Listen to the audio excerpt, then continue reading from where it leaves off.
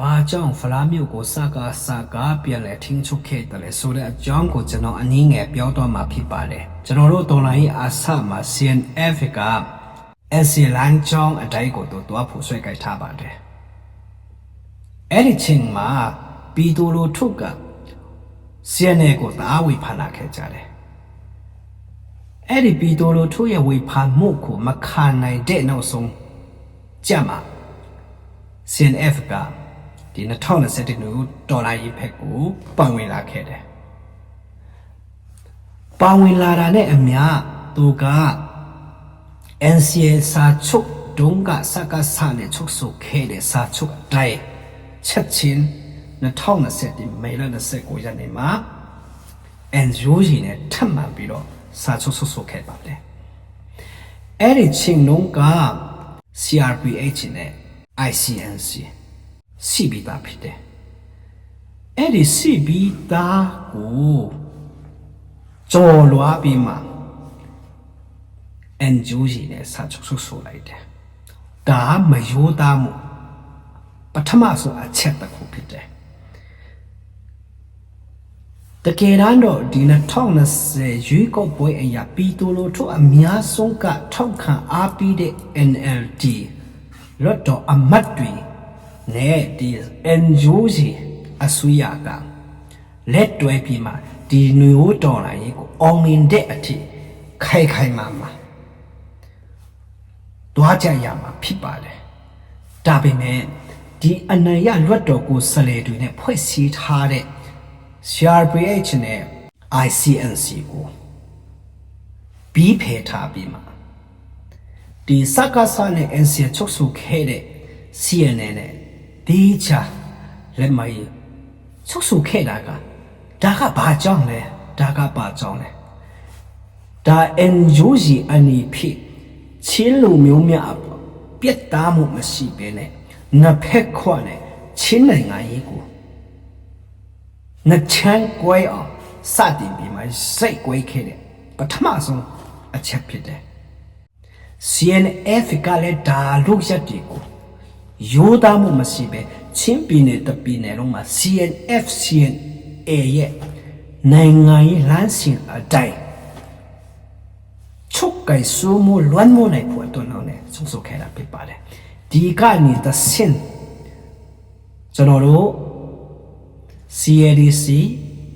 ICNCC ထဲမှာပူပေါင်းလာခဲ့တော့လေပဲနောက်ဆုံးကြရင် ICNC နဲ့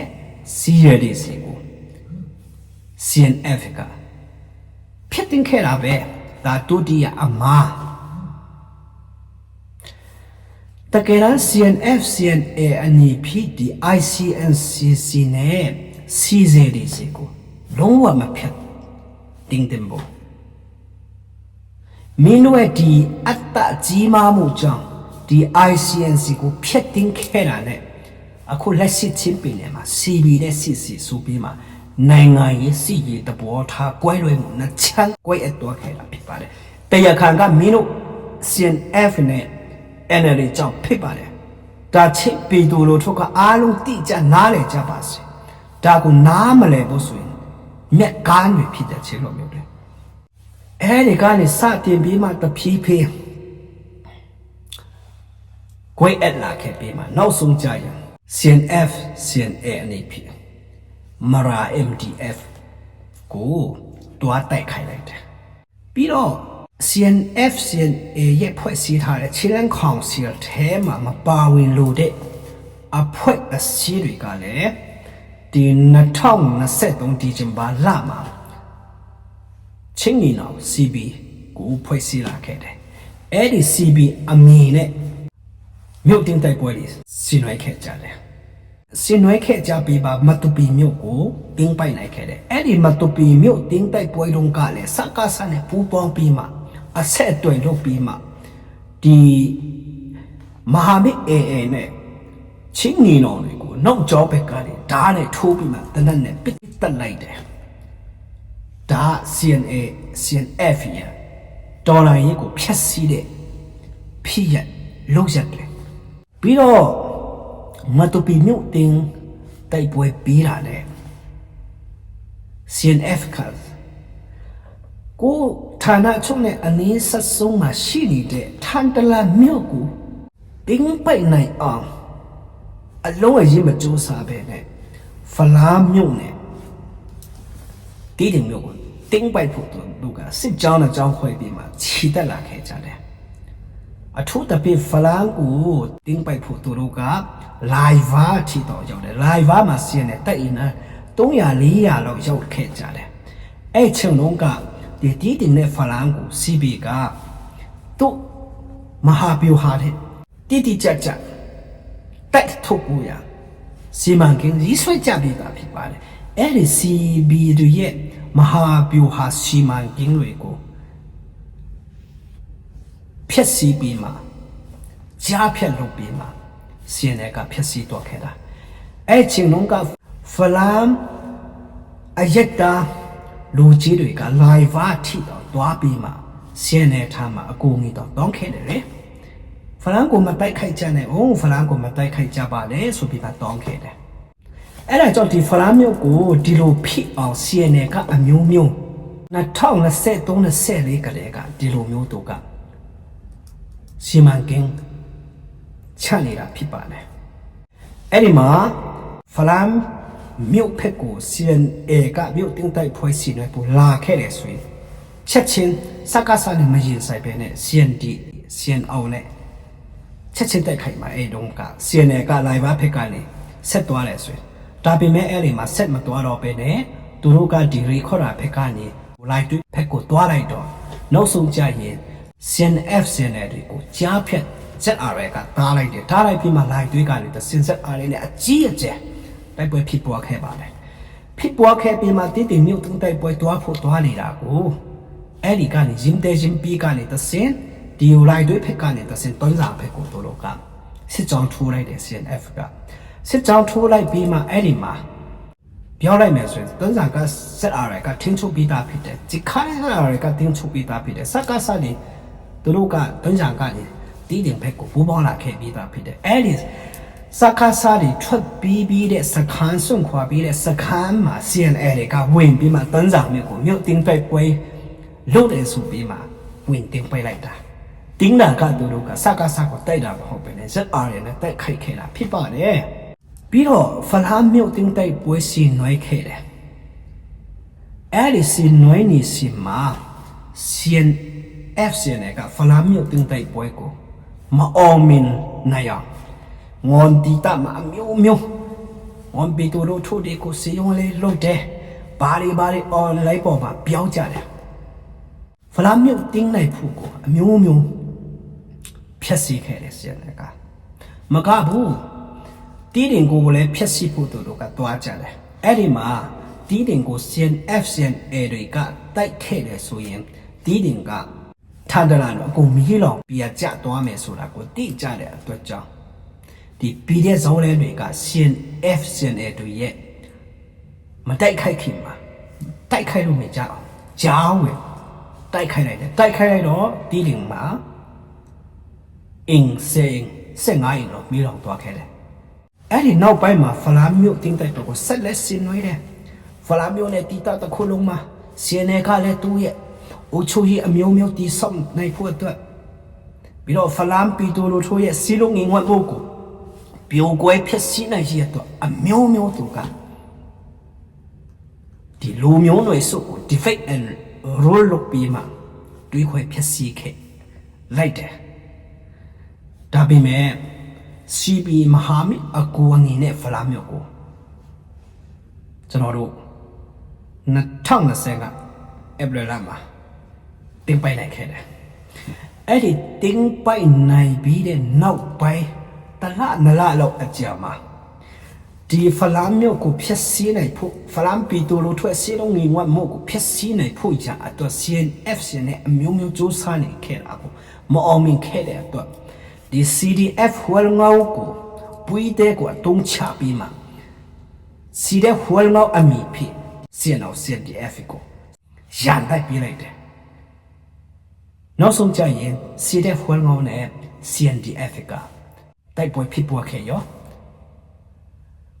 အဲ့ဒီအချိန်မှာ CNF ကအခွင့်ကောင်းယူပြီးမှကြားထဲမှာစီတဲ့ဟောကောင်းနဲ့ဒီ CNO CNDF ကိုအချင်းချင်းကိုရံဖြစ်အောင်တိုက်ပွဲဖြစ်စီခဲ့တယ်ပြီးတော့တိုက်ပွဲဖြစ်စီခဲ့ပြီးမှအဲ့ဒီတိုက်ပွဲဖြစ်နေတဲ့အချိန်မှာသူကဒီ recorder နဲ့ read မြုပ်တွေကကျွန်တော်တို့ရဲ့ CNF CNA ရဲ့တမဟာလေးနယ်မြေမှာဆိုပြီးမှပြောသွားတယ်ပြောပြီးမှကျွန်တော်တို့ရဲ့တမဟာလေးနယ်မြေကိုဝင်ရောက်ပြီးမှနေရလုတ်ခဲ့တဲ့အတွက်ကြောင့်ကျွန်တော်တို့ဒီ CNO CNDF ရဲ့ဌာနချုပ်ကိုတိုက်ခိုက်ခဲ့ရတာဖြစ်တယ်ဆိုပြီးမှတို့ကနိုင်ငံရေးဟဲ့ကိုလှုပ်လိုက်သွားတယ်အဲ့ဒီမှာ CNO CNDF ရဲ့ဌာနချုပ်ကိုတို့မတင်ပိုက်ခင်မှာဘာလို့ခဲ့ရလဲဒီမှာတတိထားဖို့ငါတို့တွေကငီယာကိုတွေပါဆိုပြီးမှ CNO CNDF ရဲ့ဌာနချုပ်ကိုဝင်ပြီးမှဝတ်တက်ကြတယ်ဝတ်တက်ပြီးတဲ့နောက်ပိုင်းမှာငါတို့တွေကချင်းချင်းမတိုက်ခိုက်ဖို့ဆိုပြီးမှပြန်လှည့်ပြီးမှအဲ့ဒီပြန်လှည့်ပြီးတဲ့နောက်ပိုင်းမှာ CNO CNDF တွေရဲ့မထီမှတ်တဲ့အချိန်မှာတို့တော့ဟုံးခနဲ့တိုက်ခိုက်သွားလိုက်တယ်တိုက်ခိုက်သွားလိုက်တော့ CNDF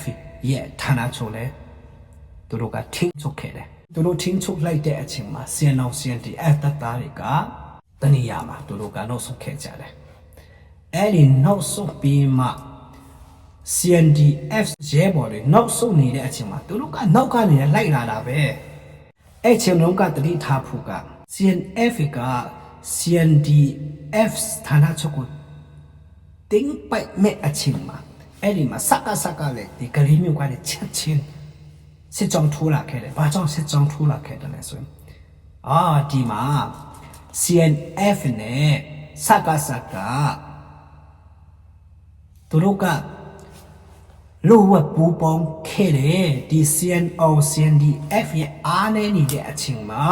CNF ကလည်းဝင်တိုက်စကဖက်ကလည်းစစ်ကြောင်းထိုးလာခဲ့တယ်ဆိုရင်ဒီဖလားမြို့နယ်တစ်ခုလုံးကိုစစ်မီပြီးဖြစ်သွားခဲ့ပြီးမှဒီဖလားမြို့ကိုလည်းအလွယ်တကူကျွန်တော်တို့ပြန်လဲထင်းချုပ်နိုင်မယ်ဆိုတဲ့သဘောနဲ့သူတို့ကစစ်ကြောင်းထိုးလာခဲ့ပါတယ်ဒီ CNO CNDF ရဲ့အားနဲ့ချက်ကိုခွင့်ကောင်းယူပြီးမှစကဖက်ကလည်းတိုက် CNF ဖက်ကလည်းတိုက်အဲ့ချင်းလုံးက CNO CNDF ကလည်းဖလားမြို့တင်ခဲ့တာမကြသေးဘူးငွေရင်နာလိုရင်နာတို့တော့မအားနေနေတဲ့အချိန်ဖြစ်တယ်အဲ့ချိန်ကျရင် CNO တွေနောက်ဆုတ်ပြီးတဲ့နောက်ပိုင်းမှာ CNF တွေကဖလားမြို့ထိဝင်လာခဲ့တယ်ဆိုဘုံ airport မှာလည်းတို့နေရာချထားခဲ့တယ်ပြီးတော့တနစ်ခန့်လောက်ဖလားမြို့နဲ့တမြို့နယ်လုံးကလည်း CNO CNDF ရဲဘော်တွေထွက်ခေါ်ခဲ့ပြီးမှတို့အင်နာတစ်တပံပြန်လဲယူပြီးမှဖလားမြို့ကို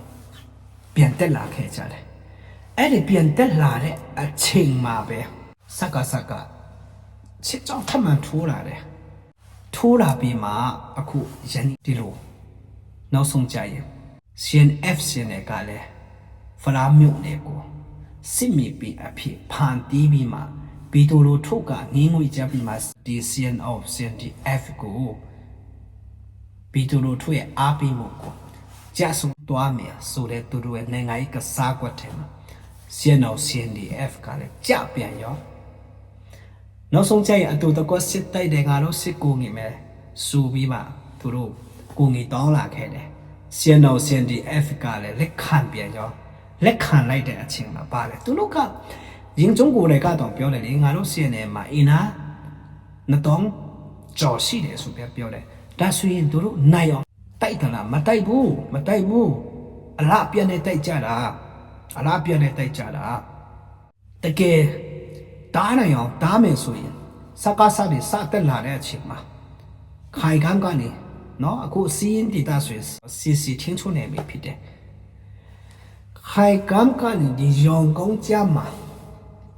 စီကြီးပြောဟာရတိုက်ခိုက်မယ်ဆိုရင်ကျွန်တော်တိုက်မဲ့နေရတအားကောင်းတယ်ဒါပေမဲ့မတိုက်ကြဘူးအဲ့လိုချင်းမတိုက်ကြဘူးလွတ်ထားခဲ့မိမှဖလားမျိုးနေရောင်ကောင်းတဲ့ဗာရုံဇောင်လေးတို့လုံဟော်တို့ပ ပါတဲ့တို့သူ့ဖေတို့ယူရရောက်တဲ့အချိန်မှာအတကူနဲ့သူတို့ပြန်တိုက်လိုက်တယ်ဘယ်နိုင်မလဲဒါတွေကတကယ်နိုင်ချင်းနေဆိုရင်တကယ်တားနိုင်အောင်တားတယ်ဆိုရင်ခိုင်ကမ်းကလည်းစထွက်ကြတဲ့က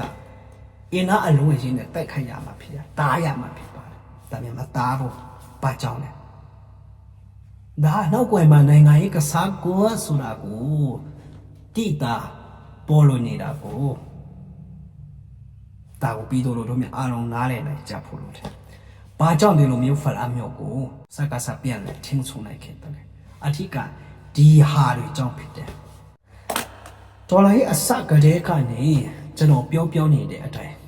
ကျွန်တော်တို့ချင်းပြည်နယ်မှာ CNA နဲ့လိုအပ်ရင်ဖျက်တင်ရမယ်။ဖျက်တင်ပြီးမှကျွန်တော်တို့ချင်း army တခုမှာကျွန်တော်တို့ချင်းတွေစုစည်းကြမယ်ဆိုပြီးမှပြောတာကျတယ်။အဲ့ဒီစုစည်းပြီးမှပြက်သားတဲ့ကျွန်တော်တို့တိုက်ခိုက်ပြီးမှစကားစကိုတော်လိုက်ခဲ့တယ်ဆိုစကားစကိုမတားနိုင်စရာအကြောင်းလည်းမရှိဘူးဖလာမီကိုစကားစလက်ထဲမှာပြန်လေရောက်စရာအကြောင်းလည်းမရှိဘူးအထီးကကျွန်တော်တို့မယိုးသားမှုနဲ့မစည်းလုံးချင်းရဲ့အကျိုးရလဒ်တွေကြောင့်နောက်ဆုံးကျန်ဖလာမကိုစကားစလက်ထဲပြန်လေရောက်ရခြင်းဖြစ်တယ်ဘာကြောင့်မစည်းလုံးခဲ့တယ်လဲဘာကြောင့်မယုံတာခဲ့တယ်လဲအတိကစီလုံးရေးကိုပြက်ပဲအောင်ပြိုကွဲအောင်လုပ်နေတဲ့ CNF နဲ့ကြောင့်ဖြစ်တယ်ဆိုတာပြီးတော့အားလုံးကနားလည်ကြပါစေအားလုံးကြည့်ဦးတယ်ပါလေ